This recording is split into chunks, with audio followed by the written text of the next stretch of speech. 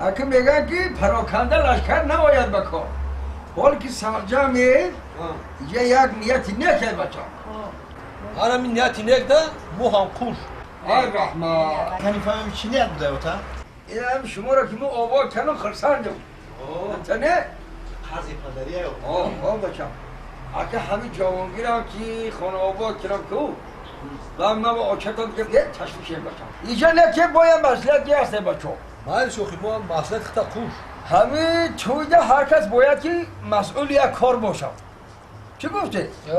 بهترین خب انا که همین توی دادری آخرانگی های که اینجا گیتون که هیچی وظیفه را با عهده میگیرم من همین بازاری، شیرینی، شهد و شهر همش در دوشی من میکنم اوتا رحمت بچم کمترش میگی؟ سبز واد میوگی من خانگی دسترخون اراسته کردن سیزان بگرده گیری انا بعد گوشت چی؟ گوشت مال زنده نمیکشیم یک گوسپند بیارم بچم میگم که همین کم مصرفتر شود کمتر گوشت بیاریم معرکه را مایل اوتا جان چیزی که شما گویه باید مسئلت بگذارونیم مایل رحمت بچم کم باشد و خوب باشد خوب جمشد جان نبایتا تو چی نیت داری باشم؟ خوب بگو من همون برای نکار رفتم ماشینا را تشکیل میکنم اوتا بعد نوار برداری را قطعی موسیقی ها و با حافظا شکل بگردن میگیرم حافظاش هم بگرم میگم آفرین بچم آفرین خیلی اگر نیتی نیه که خرسندی ها یکم ترقص بازی بکنیم رحمت بچم برکت بیاریم بگم که بچه ها این بچه کلانی خانه چی نیت داشته باشم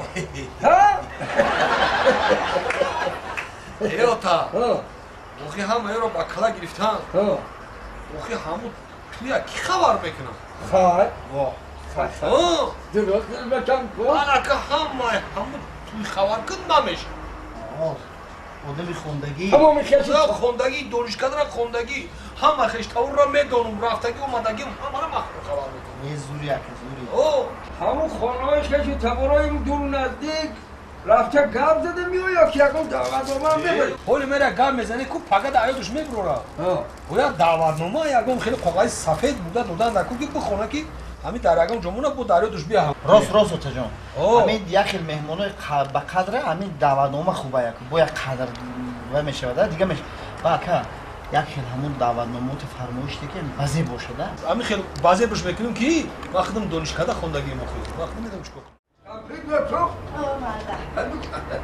این بچه ها میگفت حالی کدامیشه در خونه که اون هیچ کدومش مرده یک دمک میشنم حالی هیچ کش نیست؟ نه مرده جونا دیگه از هر زنگ زدم مرده خب این کشد؟ اومده میگم که محمد سعید جمشید جان و حیات شما همون گفتگی ها من اجرا کردم انا دلپری هست همین جورا خان قدیلم پر نیست کم بید چی به مرده؟ همون دعوتنامه های گفتیم که همون را نوار کم بید سهر مرا زنگ زده بود چی گفت؟ باز میام بود میام بود؟ او مرده جوشیده بود شکر تاجان اینم هرچی همین رو آخری روز تیار کردم دعوتنامه را در خدیش هم باشگیر تو آمده بود تاجان در خدیش سلطه چرا آفرین 150 نفر در دعوتنامه همجا تشکیل کردم ایرو تنظیم ایرو تنظیم اما ریایا کدگی آفرین بچه به تنظیم نمیشوه آفرین بچه اینا نگاه دعوتنامه یک دعوتنامه بازه بکردم نگاه کن اینا نگاه خوب بچه ای دستی خیلم ببینم ای دستی خیلم ببینم با نصیب باشه خوب خوش رو آمده تا نگاه گل موندیم جا شدد با شعر نویستم اجازه خوب ده اینا دعوتنامه بچم ای همه چند دانه او گفتم که 150 دانه بود ای همه 150 دانه همین 150 دانه دوری کامر در موندگی نویستگی تیاره یا تو مرا چی گفتی؟ و گفتم که دعوتنامه تیار بکنم یارو نه تیار کردم یا تو مرا گفتی که من دانشکده را با سری بلند خوندگی سری بلند خوندم زبانم بفهمیدگی تو زبانم هم که بفهمید خیلی خوب تو نفهمیدم آخی تعبیر دیدی؟ کی را مرده چیکار کرده؟ این بچه تا دیدی چیکار کرد؟ نه خی چیکار کرده؟ این بجایی که بنویسه که دعوتنامه این نوشته که دولتنامه معقول نشی آخه تو چیکار کردی؟ چی نوشتی تو؟ بجای دولتنامه نوشته تو. میگم که اون تیپاگراف یا ساعت قدیم جانجول کرد ما گفتم همخیلی بنویس همه 150 تا گفتی؟ 150 تا تشکیل گوش شو انا همیشه این دستی ما بده گیره کو نمی همیشه یه حیله کردن ممکنه چی؟ نه که واشه نمیشه او چخیل یا 150 تا یا 149 تا دیگه چه کجا میباره؟ گوش کن انا اینجا توقای تکو توقای دولت مراد هم توقای دولت مراد همه بریم بیتی همه دولت نامه به همون توقری میاد انا واشه که من نمیفهمم یا 149 تا دیگه چیکار کنیم با؟ یا 149 تا دیگه اگه یا 149 تا دیگه تمدانی و اما تیپاگراف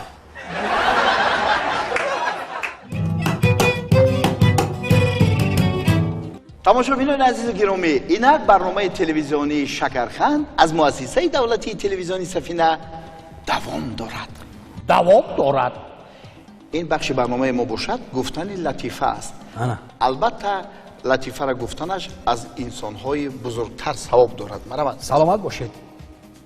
یک مرتبه باشه با نزد پدرش میاد میگه که پدر جان با من 5 سومون ده. این پدرش کمتر خسیستر بوده است و گفته که 4 سومونی چما که این 3 سومونی را 2 سومونی بس ایتا انا 1 سومونی را گیر 5 دیگه همشه بقیه بیار. این مرد خسیس بوده که همین صحنه پیش تماشا کردیم در باره همین گفتن وای بوده گوش کردن مردم وقتی که انسان اگر همین گپای مردمی را گوش کنه هیچ کارش پیش نمیره. خب یک مردک اسبش رو 1000 سومانی میفروشه. بعد همین مردم جمع میشن همسایه میبینن میگن که اکا میگن اسبت 1000 سومانی فروختی؟ میگه ها بله فروختم. اکا نخود تو هم میخی حاضر همه یک بزغالچه مای ده 1000 سومون میسه تو نخود یک اسب کلون 1000 سومون فروشی؟ و میگه خیلی من فروختم ده اخی این اسب من ده 1 سومون نمیارزه. بعد این مردم میگن برای چی؟ میگه اخی باید پاش چلاق بود میلنگید. بعد دویده کنون میرن پیش اسب خر میرن میگن ای برادر تنه که سودا اونم بودی نخود تو هم یه اسب چلاق 10,000 سومونی بخری که اون مردک میگه که برادرها گپ در سری چی میره که در پای اسب میخ زدگی بوده ما این میخ میکشم میگیرم پاش ساز میشه و مشکلیش برطرف میشه و ای بوم میدون میبین خونه فروشنده همین اسب فروختگی ای برادر میگن تو بسیار کاری خطا کردی اسب حیف کردی و در پای وای میخ زدگی بوده وای چلاق نبوده که اسب فروختگی هم میگن میگه ای دوستای عزیز و اسب من در حقیقت چلاق بود اون میخ خودم زدم که او خریدار خیال کنه که در پاش میخ زدگی میدونم میرم پیشی خریدار میگن ای برادر او طرف فند فریب کرده است باید گفته که بوب کرده است و خودش میخ زده که پای اسب چلاق بود و این مرده که خریدگی هم میگه که به همین هممون 1000 سومونی دادگی من پولای قلبکی بود.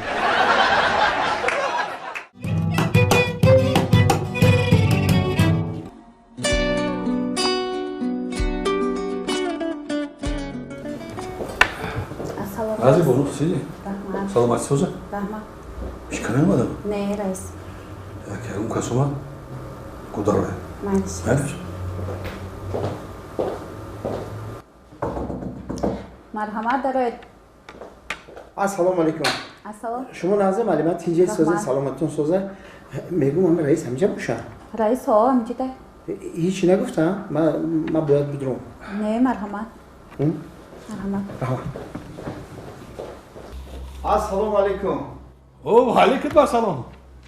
رئیس شما نازه تیجه سلامتون سوزه رحمت سلامت سوزه رحمت زنده باشی سلامت باشه شما نازه سوزه رئیس میشم شما تیج سوز رحمت زندگی سوز کبرو سوزه ها تراز دوره رحمت شما نازه تیجه ازور باشگرانه همو زمین گفتگی را کو امرو من تخت کردم موزی رفتم من نشون میدم زمین رو در کجا هستن هی رئیس جان سلام باشه سلامت باشه سلامت باشه جای ده گرفتگیم که همین زمین بسیار زمین خوبه ده رحمت رئیس من دیدم شما پوره همین زمین خوبه برای ساختن خونه همین جا شده هم فهمیدی حاضر میریم ببینیم خیلی میریم ببینیم یک بعد باز اومده بعد خیلی پگو اگر توانید بیایید و مصلحت میکنیم همون گفتگی را ده گفتگی را فهم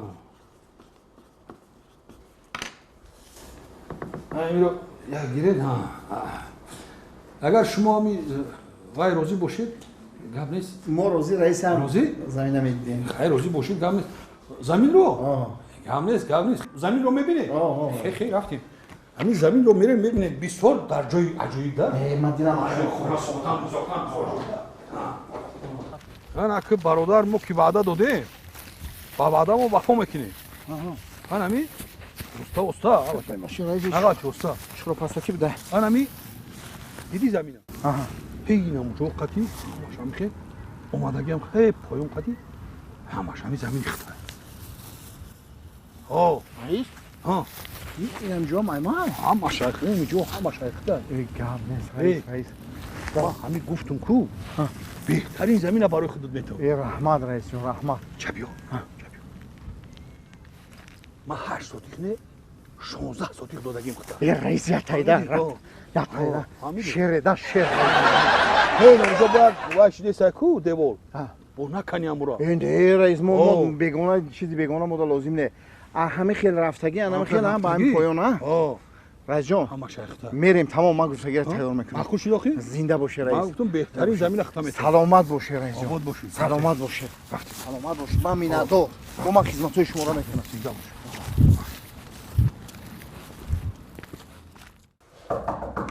مرحمت داره. السلام علیکم السلام علیکم. اپا جان شما نرزه رحمت. ما را همین رئیس انتظارم مرحمت داره. رئیس سلامت باشه سلامت باشه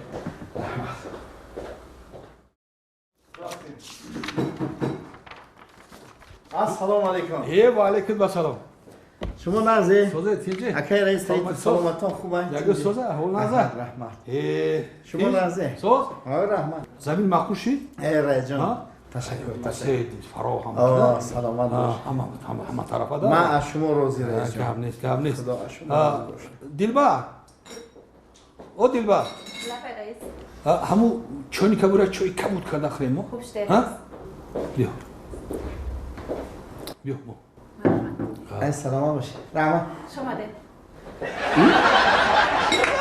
این چوی دی خولیه؟ نه باید چوی انداز آخه چوی اندازم؟ او چوی انداز من چوی نبردم او چوی کبوت انداز کدوم؟ نوشتگی هم انداز تملیکم هفته فهم بوده ایده آدم های عادی حیدر علی خیلی از اینکه هفته فهم هستی این دایی نمی روز دایی رئیس جان نخود تو پیشی مدونه دلبر او دلبر بیا لبه رئیس. رفته چوی کبوت کرده بیا برم چوی کبوت همین نریزانه بود چوی خوبه این بسیار رئیس جان چوی سیرنگه چوی کبوته؟ کبوته که سیرنگه؟ سیرنگه دارسته انا برادر حیدر موی انا نگاه کن همه ایده حجتو را تخت کردم من کنی رئیس جان نگید تماشا کن حیالا تماشا کنم ای رئیس جان به برکه وی رئیس جان ای رئیس یک تایده رئیس جان ای تمام می همه نقشه ها میخوایی ما بسیار میبیان داییم همه بسیار روز دادگی رئیس جان من میندار از شما من میندار من در جواب جواب شما چوی نوشه کارو بود چی؟ سلامت باشه رئیس جان سلامت باشه شما کو هیچ کس دیگر شما رو خلال نمیرسون رئیس جان تمام خیلی تمام هیچ کس شما خلال نمیرسونه رفته کارتون رو کردن گیرید برای شما چای نوشی بسیار با تمنا رو تمنا دارم چای کبوتی سه مزه ها اما چای بیار چای کبوتر مایلش. بیار منم مرحمت رئیس. کلیکو یک شده بی رئیس چه کبوت با مزه بده یا؟ بامزه ده بامزه رئیس جان. بهترین میشه ده ای رئیسی چای سفید بده کو؟ کنی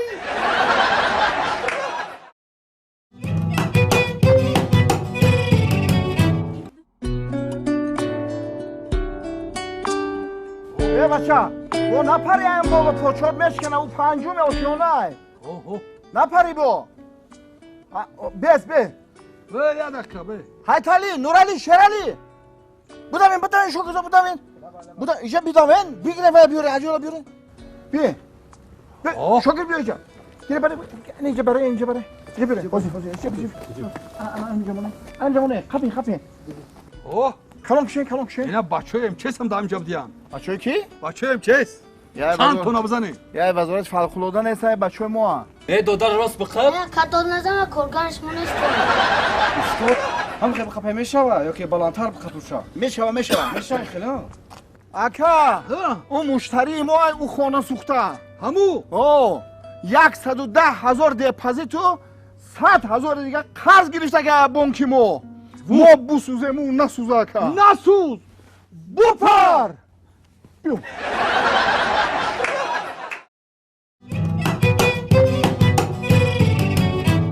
تماشابینان عزیز این بود برنامه نوبتی تلویزیونی شکرخند از مؤسسه دولتی تلویزیونی سفینه.